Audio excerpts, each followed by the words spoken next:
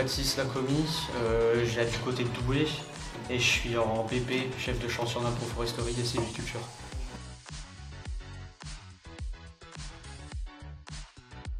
Je suis entré dans l'apprentissage, je trouvais que c'était la meilleure façon pour moi de faire une reconversion en métier.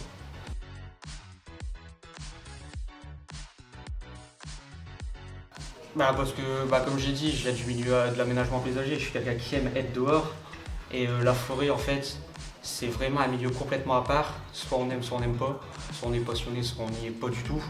Et c'est un peu mon cas, quoi.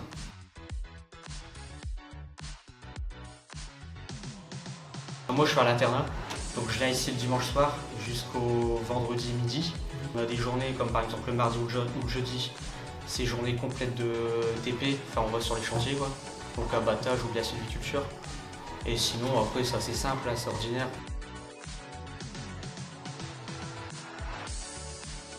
Alors en entreprise, ça dépend. En fait ça dépend parce que je varie beaucoup, je fais beaucoup de choses différentes.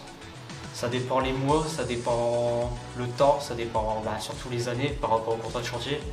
Là en ce moment je travaille beaucoup avec la SNCF, donc pas mal de déplacements. Donc en ce moment on va dire je me lève à peu près à 4 heures. Il faut être à 6 heures au dépôt pour ensuite prendre le camion et partir sur le lieu du chantier. Quand on arrive sur les lieux de chantier, on commence la journée comme si on travaillait normalement. Et au soir, on va par exemple à une auberge, si on a loué une auberge pour passer la semaine. Et puis ça se passe comme ça généralement. Le midi, la pause, rien de fou.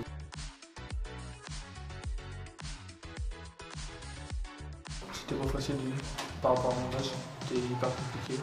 Et l'école m'a bien aidé à trouver l'entreprise.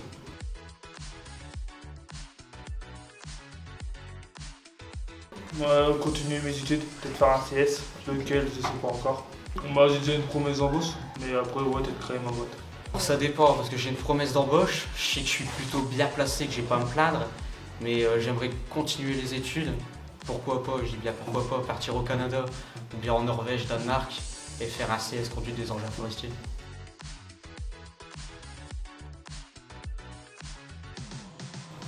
Bosser en cours et sur le terrain. Pas hésiter quand il y a une idée en tête qu'il y aille dans la limite du raisonnable.